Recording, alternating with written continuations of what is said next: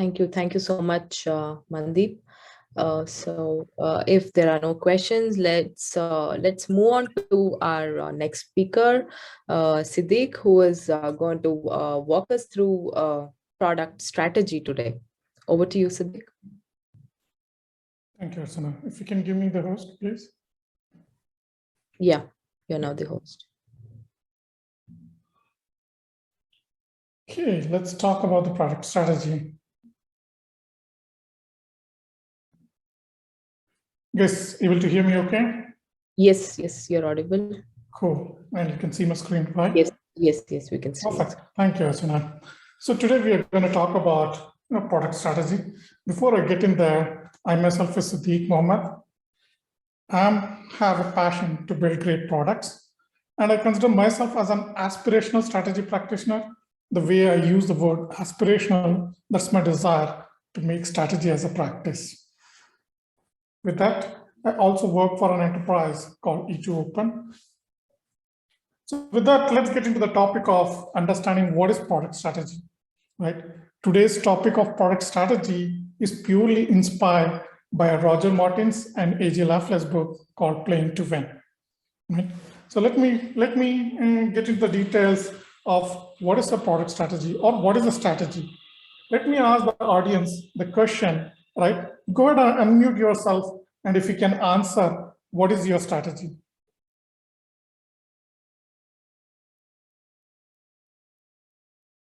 Anyone? Any guesses that you can make?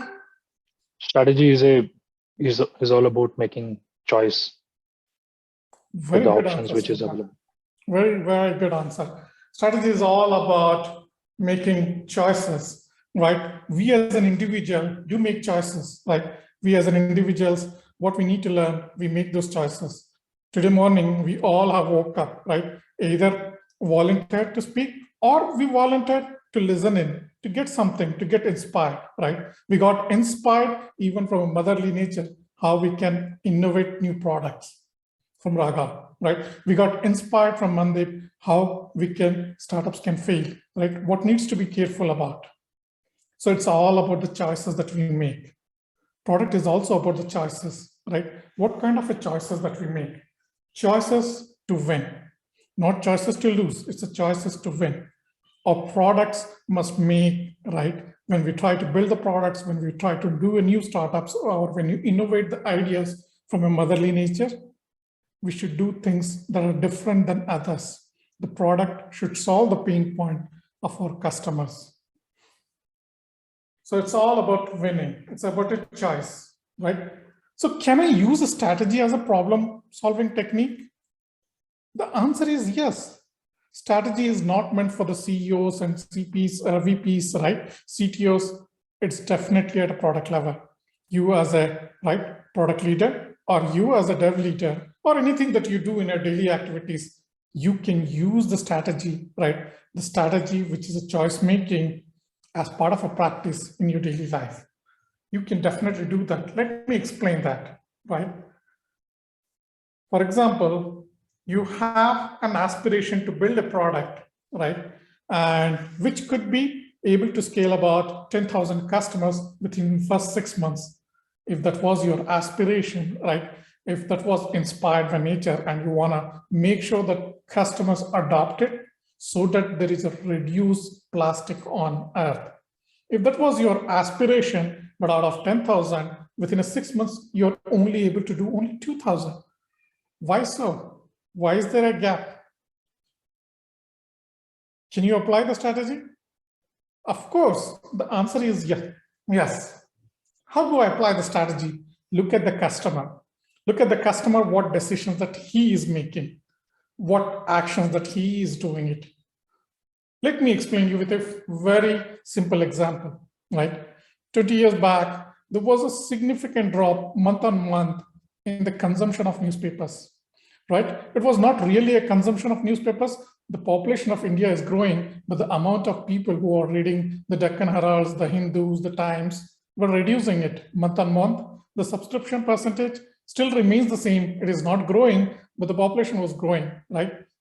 Technically, it should have been grown as well. But where's the gap? What are the customers doing? Actually, customers who are reading the newspaper were reading as part of their daily habit. It is the younger generation which was coming up. They were choosing an alternative route to read that newspaper. They were using a web-based tools, right? They're going to CNN.com, they're going to timesofindia.com. They were looking for ways where they can quickly get this news right onto the mobile phone, right onto the computers. So look at the customer, what he's making a choice, what kind of decisions that he's making.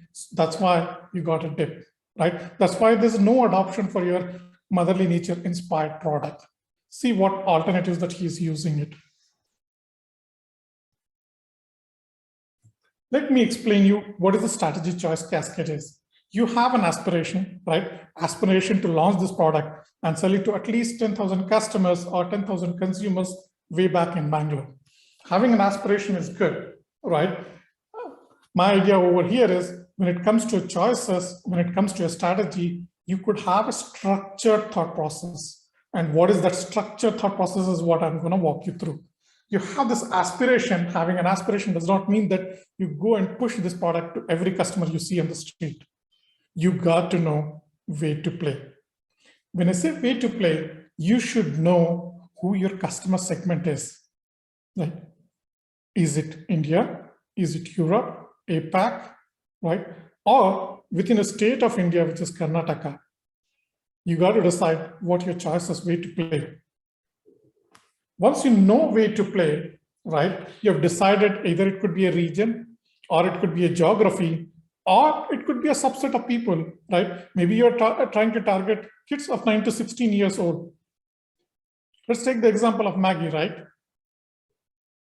We all bought back the Maggie bot, right? So why did kids love it?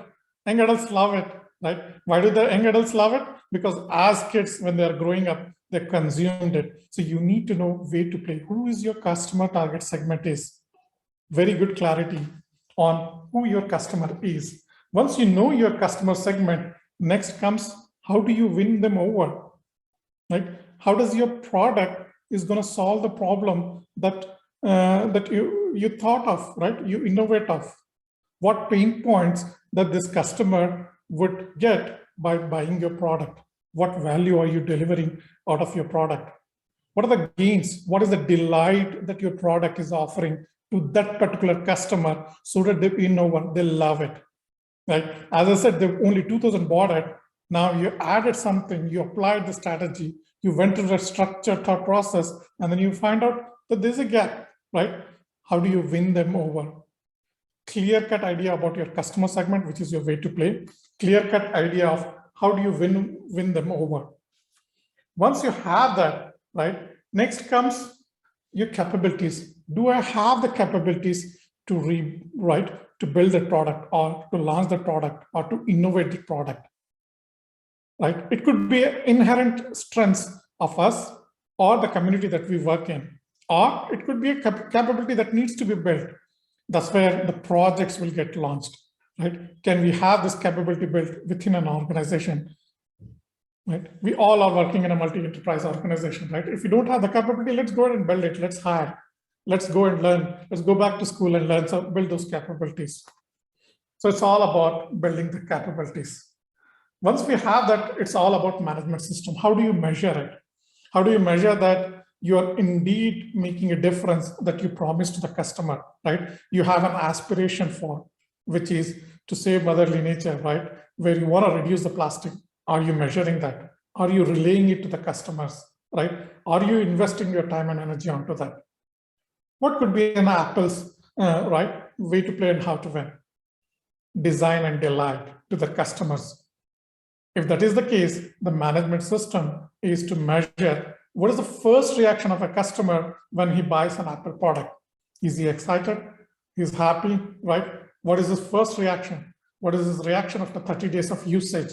Is the design delighting him? So I would put all my energies while building it onto the design stage. So having way to play and how to win also derives your management systems. Knowing all that, right, in the interest of the time, I would spend my time, right, on way to play and how to win. give few clues on, right, any strategy that you're doing in your day-to-day activities. It could be anything. It could be getting a mind share of your boss, right, for getting a promotion, or it could be a valid share where you're trying to launch a product and trying to win. In both the cases, what should be your way to play and how to win? If you're interested, right, I can connect on the other topics as well in the subsequent weeks, but let's focus on energy to understand way to play and how to win. Let's understand way to play, right? Here's the market area that I have on the right-hand side, which is a box. Now, what difference these products are making? Pretty much, right? There are different brand phones, all of them loaded with an Android, right? All of them have either similar specs, a little bit more here and there. Is there any difference? Of course not. They are pretty much the same thing. It's a crowded market segment. If you are thinking about way to launch your product, look for it. Since everyone is doing an Android and mobile is what you're going for, right? Building a new mobile phone, is that what your product idea is, right? Inspired by the nature. Don't get into the crowded market segment of Android-based mobile phone, because there's a player for who can sell for 100 to 1,000 rupees, 1,100 to 2,000 rupees, all the way up to 40,000 rupees. They have exactly the same thing with few specs here and there. Do you want to do that? Of course not. Think to where you want to play, right?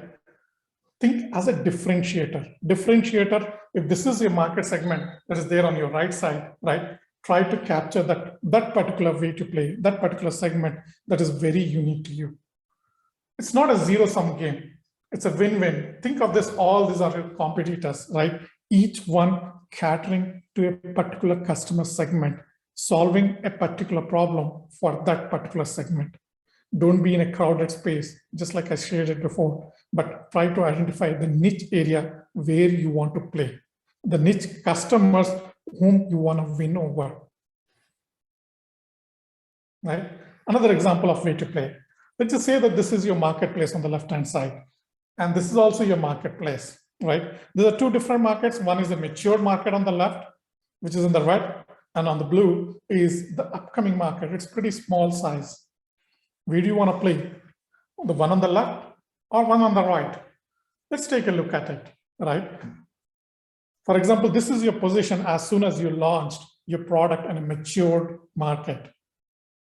If this is where you launched, right, this is what the market share that you're going to get. Now, let's say that in the upcoming market, pretty much equivalent market share that you're getting it, right? What you're getting in the matured market, maybe to the airline industry, or it could be a service industry on the left. The one on the right is not there, it's coming up, right? Not many people have adopted it. Pretty much equivalent size you're adopting in both the places. Now, what do you choose? The one on the left or the one on the right?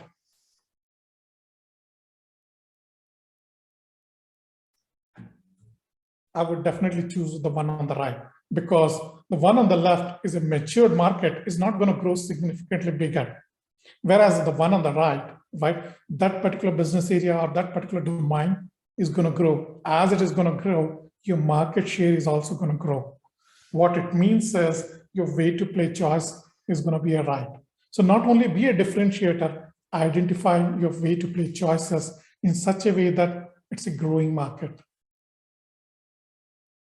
Right? Growing market for inspired by nature. Right? At the end of it, a lot of research has been done, right? In terms of way to play and how to win, it's pretty much narrows down to two choices, right? There may be a combination of both, but very minimal. Either you could be a low-cost player or it could be a premium player. When I say low-cost player, I didn't mean it's a cheap product that you're launching. When I say that if your product costs $100, you should be able to manufacture in $45 and make a profit of $55. Whereas your competitors can make $60 and making only a profit of $40. So that $15 difference, you continue to invest back into your products and launch new features, new products, so that you have a competitive advantage. You have the mind space in your customers to win them over, or make sure that your product is premium. People loves the feature. People loves the design of an Apple. And for the same product, instead of $100, which they are paying to your competitors, they would love to pay $120. So you still, even if you make it in $60, you still have a profit margin of $60. $20 more than your competitors. You continue to invest back into your products. That's where the true strategy lies. You would have a continuous advantage over your competitors to win them over. Right? This is one example, one last example, right? Since I couldn't cover all the 5 topics, is about Southwest Airlines. They have a very clear-cut aspiration that they want to win them over for their customers. They want to win them over for their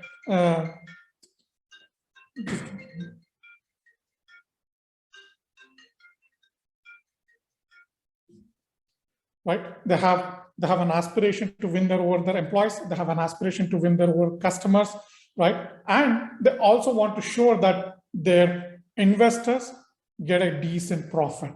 So if that is their aspiration, what did they do? They said that way to play is purely they will play in America, which is what, right? Everyone does that. But there were so many airlines. What difference does it make? They said that they only want to operate in a short haul routes, means it is a 1 hour, right? The flight time. If you drive, it would take 3 to 4 hours, but if you take a flight, it's 1 hour. It's a point-to-point, no hub spoke mechanism where everyone else was going through a hub and spoke, passenger system. Whereas this guy said that you pick up from point A, you drop it to the point B. That's it, right? And these are the airports which are less crowded, smaller cities that they targeted for. That's the strategies. That's how they wanted to win over those customers who are living in a smaller cities. And instead of taking 3-4 hours to travel to another city, they want to take an alternative route, which is a plane, which only takes 45 minutes to land into the other city.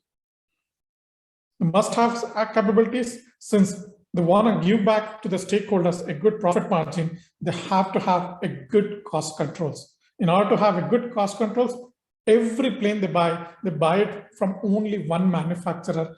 Every plane looks the same, the engines are the same, the spare parts are the same. So easy to operate upon. Everyone knows, right, how to fix the Maruti 800 because there are so many mechanics out there. So that's how they were able to manage the cost, right?